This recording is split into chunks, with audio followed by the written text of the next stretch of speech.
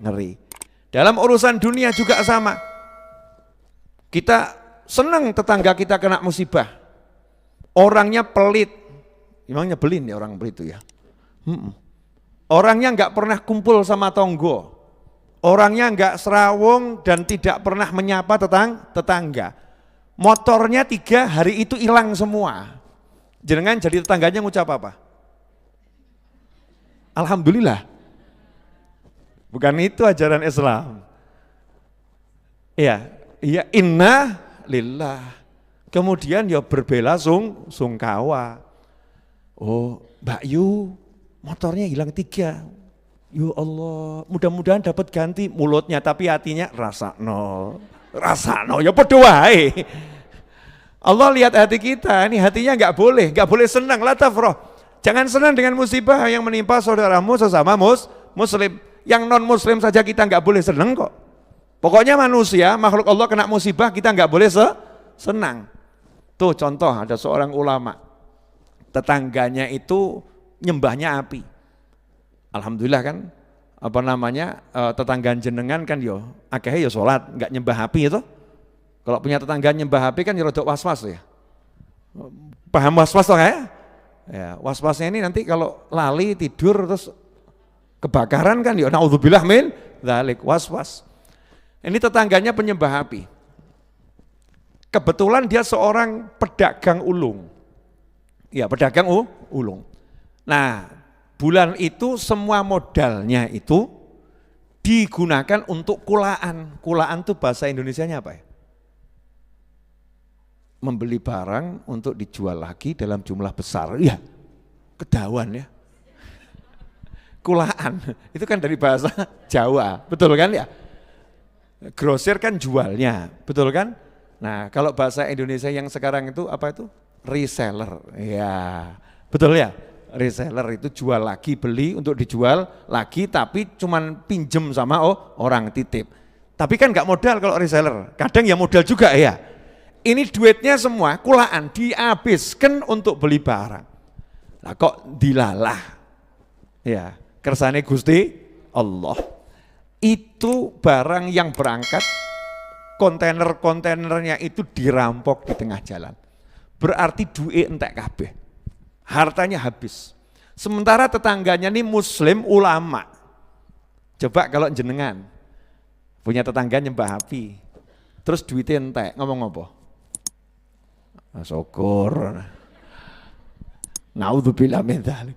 Bukan begitu ajaran Islam. Apa yang dilakukan sama ulama tadi? Ulama tersebut tiap hari ada pengajian sama murid-muridnya. Hari itu bilang sama muridnya, hari ini pengajian libur. Loh kenapa guru? Kita mau takziah, turut berbela sungkawa kepada tetangga saya yang nyembah api, dia baru kena musibah, hartanya habis. Ayo ikut saya jenguk ke sana. Ditiru, ditiru. Kalau sama non muslim aja kita disuruh seperti ini, apalagi kepada sama muslim. Apalagi itu ponaan, apalagi itu bibi, apalagi itu paman, nak dulur misanan ya. Saudara, kerabat itu haknya lebih. Wis tonggo, muslim, kerabat, double-double itu. Tok. Yo enggak assalamualaikum karena menghormati yang non muslim juga, nanti bingung jawabnya apa kan begitu ya. Tok. Kalau bahasa Inggrisnya anybody home. Ya. Ada orang di rumah gitu kan. Keluar nih yang punya rumah. Yang punya rumah kaget. Loh, ulamanya tetangga saya moro. Ya. Apa yang bisa saya bantu katanya yang non muslim tadi yang penyembah api. Maka ulamanya tadi ngomong, saya yang nanya sama jenengan justru apa yang bisa kami bantu.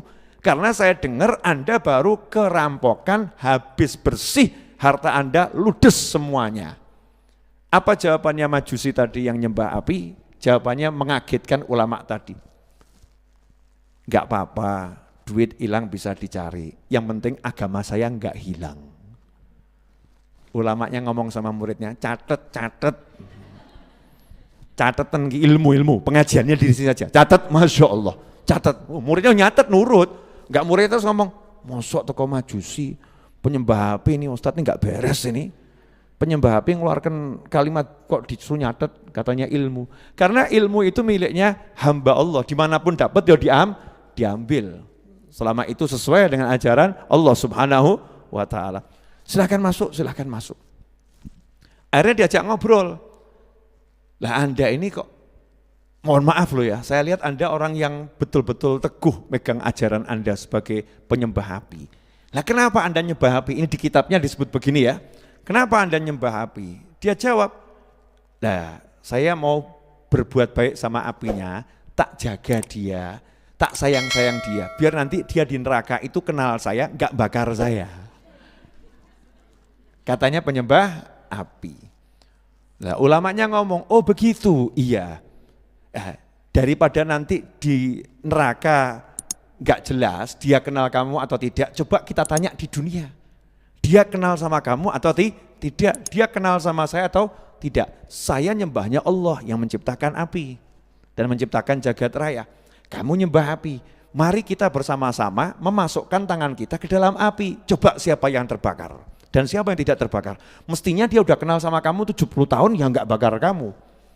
Nah, penyembah api ini mikir, iya, bener juga kalimatnya ini. Maka penyembah api tadi mengucapkan puja-pujinya dan lain sebagainya. Tangannya dimasukkan ke dalam api. Belum masuk udah melonyoh. Loh kok gak kenal saya dia? Nah ulama tadi ngucap bismillahirrahmanirrahim. Dimasukkan. Itu seperti sate dibolak-balik gak kobong. Bukan sulap, bukan sihir saudara-saudara. Bukan. Ini karomah, keramat ya. Karomah, keramat. Gak terbakar. Nah, si Majusi kaget. Loh kok gak kobong?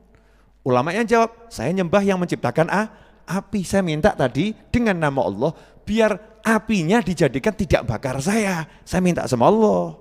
Oh gitu, iya. Udah kalau begitu saya mau memeluk agama Islam. Ucapkan 2 kalimat syahadat. Setelah mengucapkan 2 kalimat syahadat, malaikat Israel kebetulan mampir. Ya, terus ngajak pergi Majusi tadi. Ya, saatnya kamu meninggal dunia. Dicabut nyawanya oleh malaikat Israel. Is dead, meninggal. Muslim gak punya dosa. Terus langsung swarga. Lah ulamanya lihat peristiwa itu kaget, langsung geblak juga, blok. Gak obah, muridnya geger, lu kok loro. 2 kok bareng ini ya, dikirakan sudah meninggal juga ini gurunya. Dioyak-oyak guru. Sekian lama akhirnya sadar, ternyata pingsan. Ya sadar, bangun gurunya. Ketika gurunya bangun masih pucet gitu ya, ditunggu agak enak ditanya, guru kenapa kamu sampai pingsan dan menggigil bergetar seperti ini? Dijawab, lah ini loh 70 tahun nyembah api. Sama Allah Ta'ala di akhir umurnya dikasih hidayah masuk Islam. Tempatnya surga.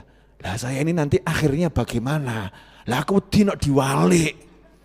Saya takut kalau terbalik nanti akhir saya jelek. Na'udzubillah min dzalik. Ikhwani rahimakumullah pemirsa dimanapun Anda berada. Maka kita nggak boleh menghina orang. Wujudnya maksiatnya maksiat setan, sepol-polan loh ya. Maksiatnya maksiat setan, nggak boleh menghina. Tugas kita cuman amar ma'ruf nahi mungkar. Nasihati, nggak boleh hati yang ngelek-ngelek, hati yang merendahkan nggak boleh. Yang boleh nasihah. Nasihah itu dari kata sesuatu yang tulus. Teko hati. Nak, ger. Orang dulu kan begitu. Orang sekarang ibu sama anak aja kebacot tuh ngomong, motone dinggo. Anaknya sendiri gitu ya. Sama marah, bukan sama sayang. Kalau sama sayang itu lain, ya sama sayang beda. Gak boleh menghina orang. Nanti kita akan diuji yang sama, sementara dia disembuhkan dari musibahnya itu, dari penyakitnya itu. Urusan dunia maupun akhirat. Sekarang ada orang yang miskin ekonominya, kita nggak suka, kemudian dia kena musibah, kita hina-hina, itu makanya dia males gitu, maka nggak dapat duit itu, dia males makanya ya begitu. Kamu tuh males memang, hidup cuman ngatung minta-minta, kamu itu welek-welek, lambene wis pedes, ya nyinyir tingkat tinggi. Ini kalau niatnya menghina, niatnya merendahkan, Niatnya senang kok lihat orang kok begitu tuh senang, menghinanya itu dengan senang. Hasilnya apa? Nanti dia akan dibuat jadi ekonominya mapan bahkan kaya, yang nyinyir nanti akan dibuat jadi remuk, lebih remuk dari dia. Mau coba? Na'udzubillah min dzalik. Ini suatu hal yang mengerikan. Jangan kita coba-coba yang seperti itu. Na'udzubillah min dzalik.